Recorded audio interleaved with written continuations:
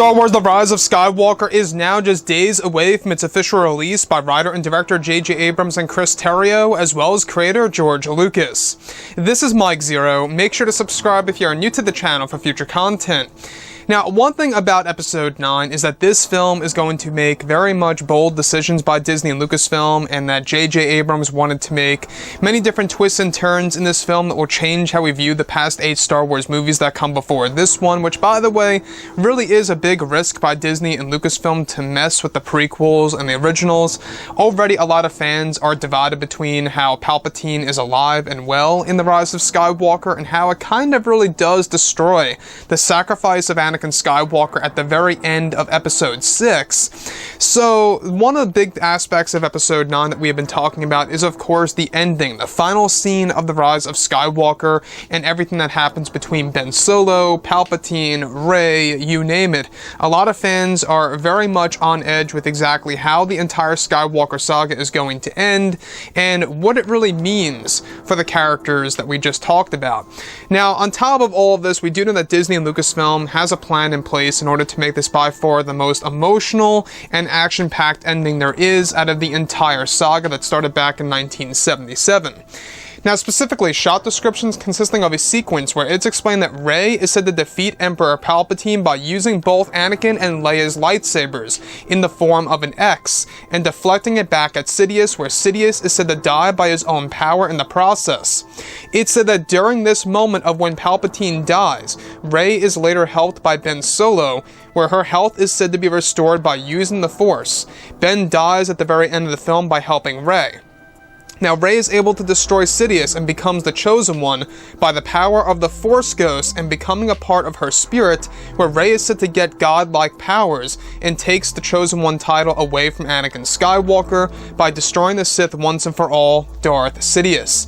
It's explained that this decision was done by Kathleen Kennedy and that she wanted Rey to defeat Sidious instead of Ben Solo in the scene, where once Palpatine dies after fighting with Rey, she begins to sprint her way out of the collapsing cave after Ben Solo's death, where she is able to eventually escape from the Dark Temple on Exegol and the Sith Sanctuary, where all of the statues begin to fall down to the ground, where Rey needs to dodge them one by one. The scenery is said to be like something straight out of a Tomb Raider movie as Rey makes her way out of the Sith Sanctuary. She eventually escapes Exegol and regroups with her friends Poe, Finn, Janna, and Chewbacca and more, as well as Maz Kanata, where allies from all over the galaxy have a large celebration that is said to be similar to the celebration on Endor at the very end of Return of the Jedi. During this celebration, in the film's novelization due for release in March of 2020, is said to explain that the Force ghosts of Luke and Leia tell Rey to head over for Tatooine, where Rey takes her friends with her to settle and find a new home to create a better future. While they are on Tatooine, Rey is said to bury both Anakin and Leia's lightsabers under the sands of Tatooine in the middle of a desert, and just near the Lars homestead, where a villager comes out and asks Rey who she is. Rey claims that she is Rey Skywalker, where she wields a brand new lightsaber blade that ignites a yellow blade, with the Force ghosts of both Luke and Leia behind her. As they look at a binary sunset before the credits roll, it's said that it was Kathleen Kennedy who did not want Ben Solo as a Force ghost at the end of the film, and that she also wanted to exclude Anakin Skywalker and only wanted to focus on the Skywalker twins as Force ghosts in order to make it different than the ending of Episode 6. The Tatooine set was partially shot over at Cardington in the UK, with the idea of the Force Ghost helping Rey, giving her the power that she needs as well inside of the throne room, was said to be inspired from other films by J.J. Abrams that he put into The Rise of Skywalker. Now let's go over a couple of parts about this, all the different leaks pertaining to the very end of Episode 9. Now, obviously there are aspects of this that a lot of fans are going to have a big issue with. The big one here is how Rey is going to call herself Rey Skywalker at the very end of Episode 9, essentially claiming to be a Skywalker even though she's not connected to that bloodline in any way, shape, or form. So that, I believe, is going to be a big issue between a lot of fans out there based on all these different leaks about the ending of Episode 9. Now, this is the real deal. Rey does in fact become a Skywalker at the end of this movie. This is the absolute truth, and Rey is actually going to take that from the Skywalker family. Now, basically the ending of the film is that Rey identifies as a Skywalker. She sees herself as a continuation of the Skywalker family. She buries both Anakin and Leia's lightsabers underneath the sands of Tatooine. Now, about that, the fact that she buries both Leia and Anakin's lightsabers is a way of honoring the Skywalker legacy and to keep their legacy behind forever on the world of Tatooine. Now, the thing about that is that Rey is said to have a brand new lightsaber at the very end of this movie that ignites a yellow or a goldish type of blade. Makes you wonder, how in the world did Rey have the time to develop a brand new lightsaber is really beyond me. Now, the only explanation is that maybe the very final frames of this movie, when they go to the world of Tatooine, it could very well be in the form of an epilogue. And what I mean is that that exact scene could take place, let's say, for example, a month later after the celebration, or maybe even a year later for all we know. But in the novelization of The Rise of Skywalker, which is due for release next year in March, there's going to be a segment where it does explain as to exactly how Rey finds Tatooine, and that is going to be through the Force ghosts of both Luke and Leia. They actually tell her to go over to Tatooine to create a new home.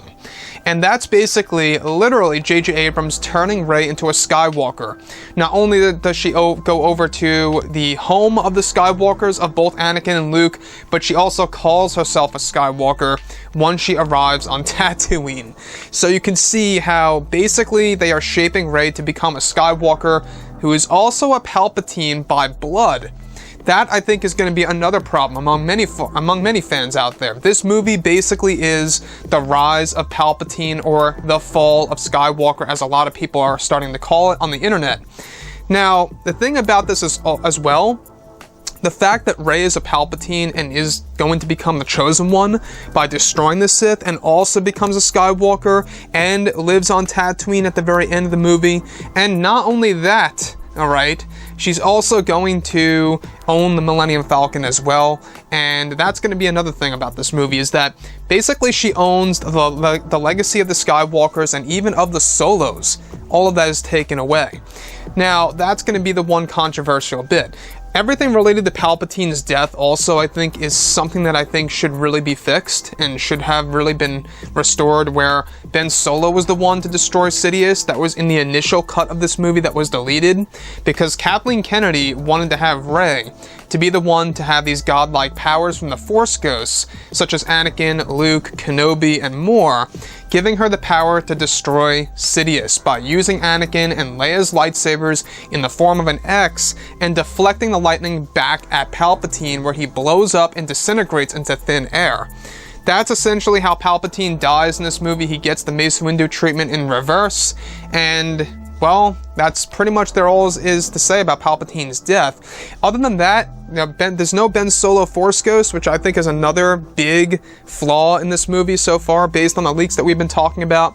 Ben Solo's Force Ghost not being present in this movie feels like a big problem by Disney and Lucasfilm of not understanding Star Wars. I don't understand that. Anakin Skywalker was Darth Vader for decades. He died and became Anakin once more, and he was able to become a Force Ghost. Why can't Ben Solo? Why can't he have the same exact treatment? Is really beyond me. It really is. And I can't really imagine, there not being a Ben Solo Force Ghost. I don't understand that.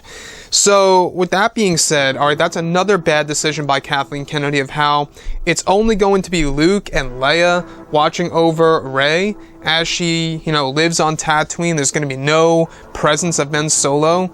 As far as we know so far, there's no voice reaching out to her or anything like that.